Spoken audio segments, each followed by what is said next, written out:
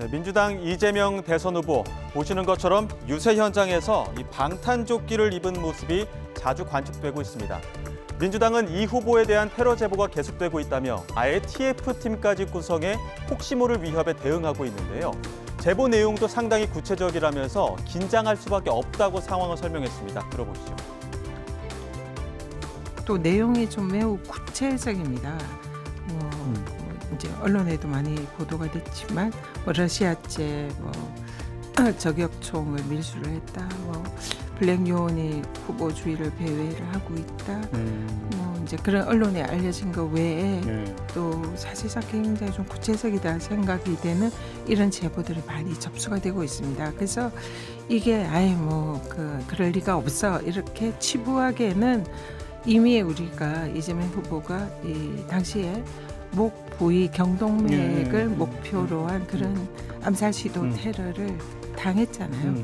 자칫 조금이라도 갈 것이 비껴갔다면 현장에서 끔찍한 일이 일어날 수도 있는 그런 거를 경험을 했기 때문에 이런 모든 테러에 관한 제보들을 치부하기가 진짜 그래서는 안 되는 거죠.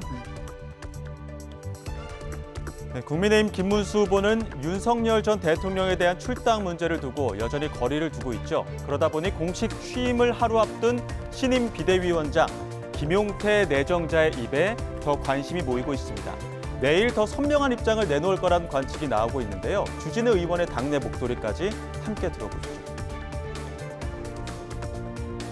또 언론인분들이라든지 시민분들께서 어떤 말씀들을 듣고 싶어 하는지도 알고 있기 때문에 적절히 담아서 또 저에게 비대위원장을 지명하신 분들에 대한 그런 시대 정신까지 담아서 좀 말씀드릴 수 있도록 하겠습니다. 만약 이제 이런 결별에 대한 이야기들을 논의를 해가는 과정이라면 그 안에 윤석열 전 대통령도 같이 이야기가 되고 있겠군요. 소통을 하고 이 부분에 대해 논의를 하고 있겠군요. 제가 직접 연락드린 적은 없고요. 다만 여러 가지 이야기를 전해 듣고는 있습니다.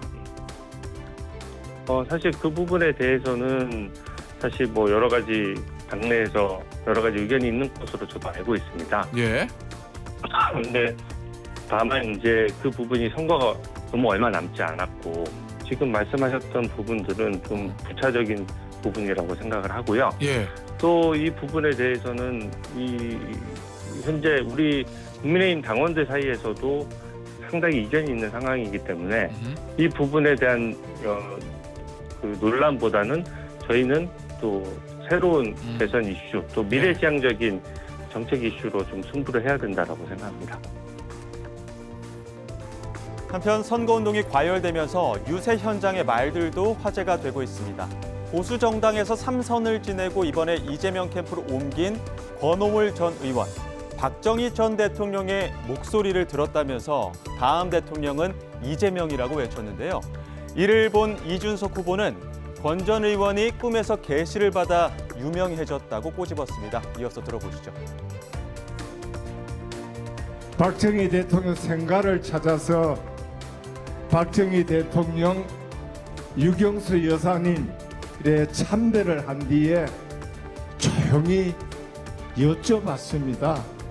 대통령 각하, 유경수 여사님, 이번에는 누구입니까?